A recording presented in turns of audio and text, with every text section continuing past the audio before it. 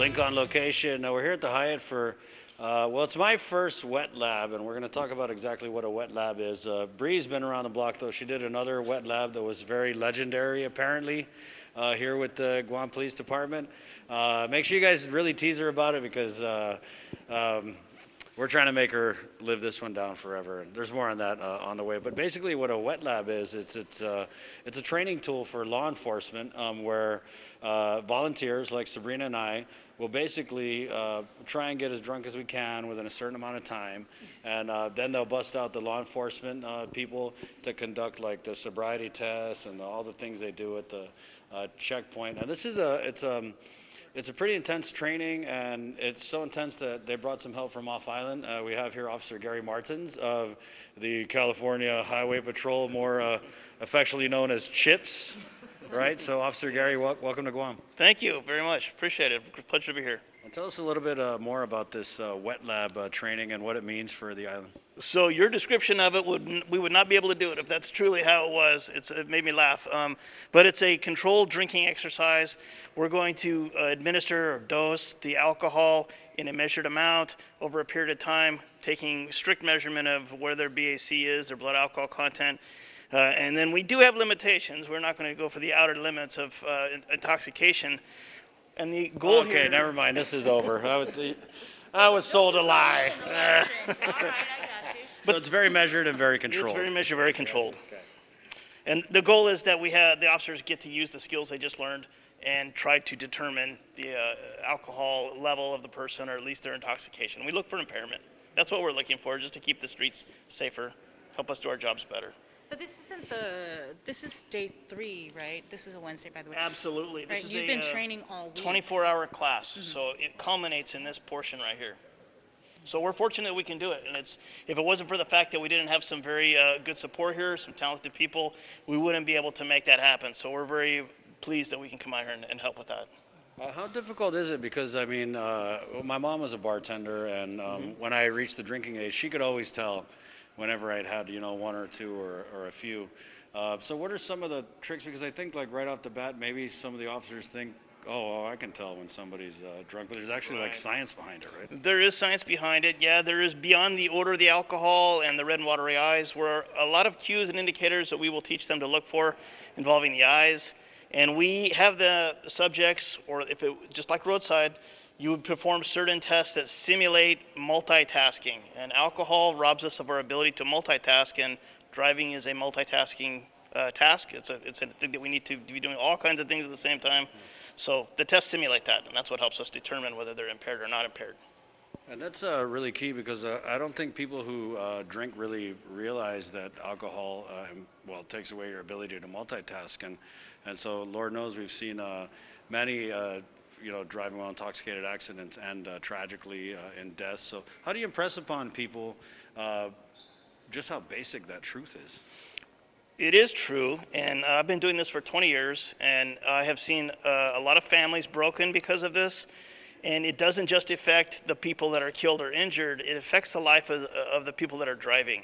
They don't start drinking with the intention of hurting anyone, but that's what will happen, and their judgment's impaired, they decide to drive, and we don't want that to happen to anybody. So it affects everybody, and having had to go and notify a parent that their child will not return ever, not like they're not asleep, they will never come home again, it is one of the most heartbreaking things that I've ever had to do in my life. And I don't like that, and I don't want anybody else to have to do that.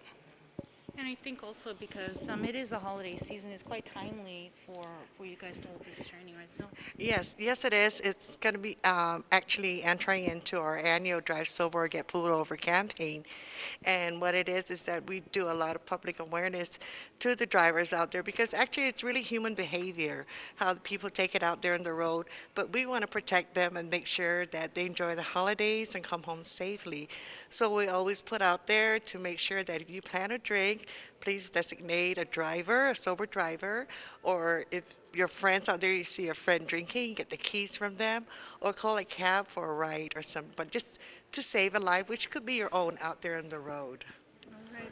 And Officer Gary, if you could, because designated driver, like I know what a designated driver is, I know what that term means, but far too many times for a lot of people when they're out partying during the holidays, designated driver simply means the person who's had the fewest drinks. Yeah, designated driver should be somebody that hasn't drank at all.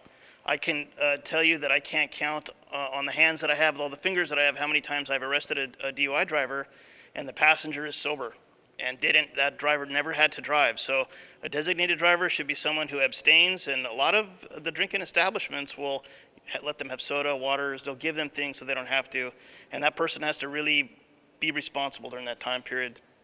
That's what a designated driver is. Right on bottomless Shirley Temples in a lot of cases. Yes, sir, bottomless Shirley Temples.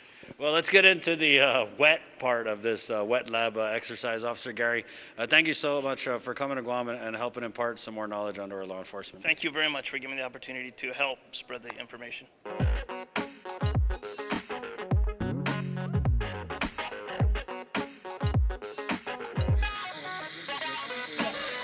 Cheers, guys. Cheers. To Whitney. To vodka.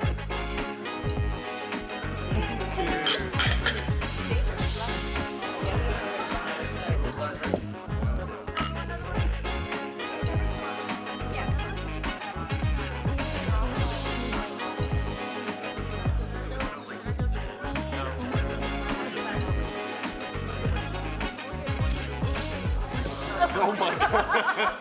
Here's your Jack and tonic, sir. Thank you, sir. Ma'am, Jack and Coke. Jack and tonic. so much. 3 Jack and All tonics right. into Please this. let me know when you guys are ready for another round. Sure I will. Deal. Well done. Cheers to you. Can't post anything today, right? Cheers, I Bree. think after. How come they keep putting more? That's what I was saying. Shut it down. That was last time. Nobody cares. Stop feeling. Nobody cares. 2 drinks in, feeling a buzz a little bit. Of course, I don't really drink. I think this year I probably had, I want to say 4 beers and 2 mixed drinks for like the whole year. So yeah, I don't really drink, but it feels good. It's reminded me why I used to drink more frequently. So proud of you for stepping out. Blow, blow, blow, blow, blow, blow, blow, blow, blow, blow, blow, blow. Okay, take a shot. Because you've done these before, right? Blow, blow, blow, blow, blow, blow, blow. Blow, blow, blow, blow. Don't suck. Oh, so you didn't tell Don't me. suck, Bree. I'm not gonna say. Did you get that? I'm not gonna say. Yeah.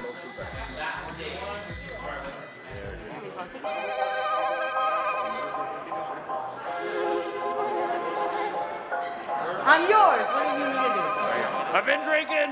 I've been drinking. I've been drinking. Oh!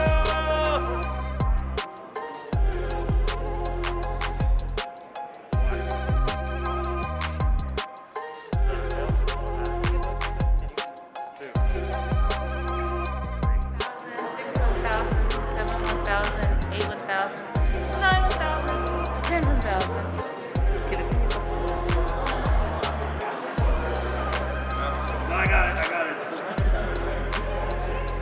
1001, 1002, 1003.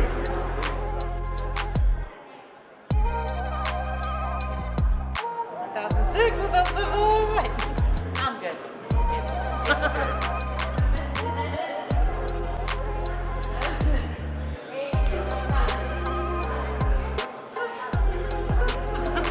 Going to jail, right? I felt it. And the last contestant, Sabrina.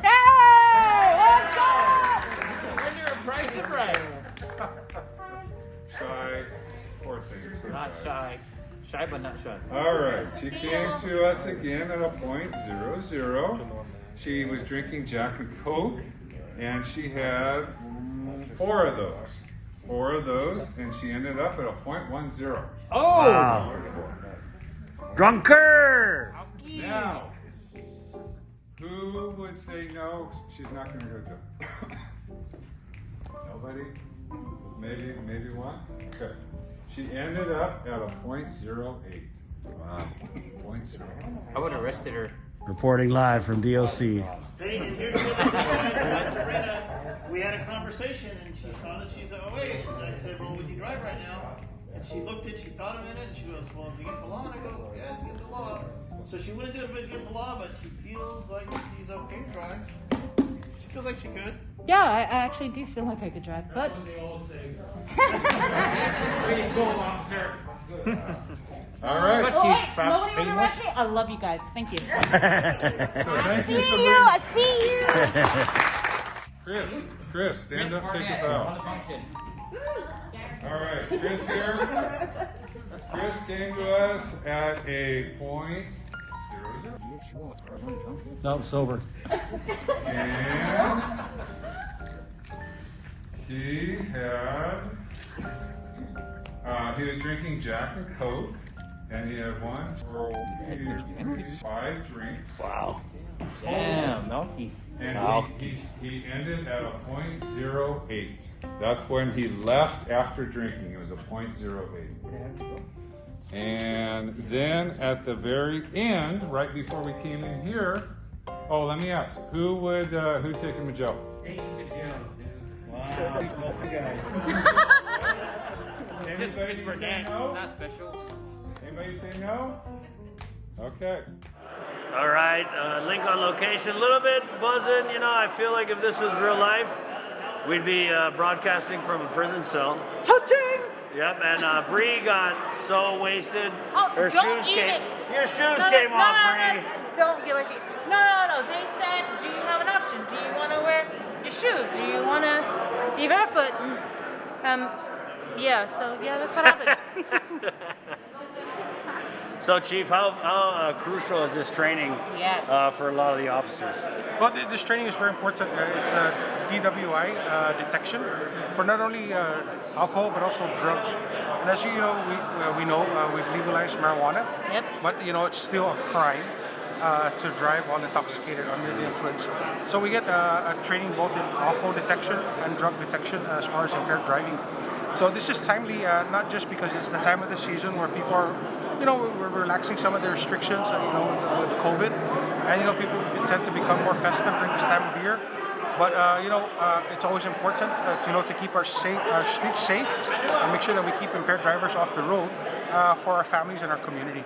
So I couldn't be more thankful to the Office of Highway Safety and the Department of Public Works for bringing this crucial training to the island. It's very much needed. Chief, you know, a lot of the officers and the trainees were talking about how you can't fool the science. And like, I'll admit, I feel like I have a high tolerance for alcohol, and we had a bunch of drinks, but when I was doing the sobriety test, I felt like I was winning. Yeah. But lo and behold, at the end result, I'd be down a DOC if I actually drove after drinking this many drinks. Right, absolutely. And you know, like you said, it's hard to fool science. And there's a lot of science that backs up DWI detection and impairment. And so, you know, we rely on science, you know, to tell us that a person is impaired. So I guess as we head into the holiday season and we wrap up this program, just your final message to the community to please. I'm sorry. Please don't drink and drive. Absolutely. You know, that's always been our message. You know, again, it's the festive time of the year. It's that Christmas is coming up. We just finished Thanksgiving. But, you know, be responsible. Don't drink and drive. You know, it's for the safety of your family and our community as well. You know, let's be festive, but also be safe. Thank you, Chief, for this opportunity, and thank you for the drinks. You're welcome. Okay, there Drinks you go. on us. That's it. Drinks on GPD. That's not something you hear every day. So, link on location and just a little bit buzzing here, but very grateful that this was a training, and we're not coming at you from the Mingilau compound. Yeah. Good job, Bree. Go put your shoes back on. My name's Chris, Link Fam. Link on location, we out.